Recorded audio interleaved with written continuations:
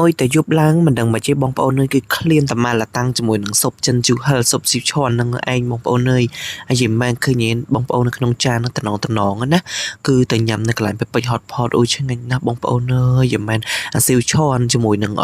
มาละตั้งในยิมแมนปีมงเดอะแบทแต่มาดองแต่ในกลายกอดนะมันตรมีแต่ปีมกนังไงคือมีเซมที่บองปอนเนยคือมี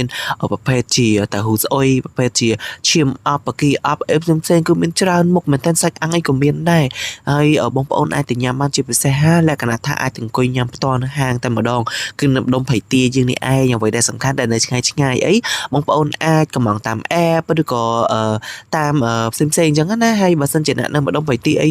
កម្មង់ក៏ដឹងជូនគិតថវិកាទេព្រោះនៅក្បែរអញ្ចឹងបងប្អូនទាំងអស់គ្នាអូយមែនគឺថារសជាតិ the best តែម្ដងពេច hot pot បងប្អូនអើយជាពិសេសពូថាមេឃភ្លៀងមេឃត្រជាក់អីចឹងត្រឹមត្រូវតែម្ដងជាមួយនឹងអាស៊ុបចិនស៊ុបជូរហិលអីហ្នឹងជាពិសេសតាពាំងជូររបស់គាត់ហ្នឹងគឺអែមតែម្ដងហើយតម្លៃគឺសមរម្យខ្លាំងមែនតើមានមួយចាន3000មានមួយចាន15000អីចឹងទៅតាមចានទូចានធំអីចឹងណាបើចានធំបងប្អូនអើយមួយចានហ្នឹងគឺញ៉ាំ3 4នាក់មិនអស់បងប្អូនអញ្ចឹងមកចង់ញ៉ាំកុំភ្លេចไป hot pot ណាបងប្អូនទាំងអស់គ្នានេះគឺជា page របស់គាត់អាចកម្មង់តាមរយៈ page ក៏បានដែរអរគុណបងប្អូនទាំងអស់គ្នាកុំភ្លេច share វីដេអូនេះឲ្យបានច្រើនៗណាបងប្អូន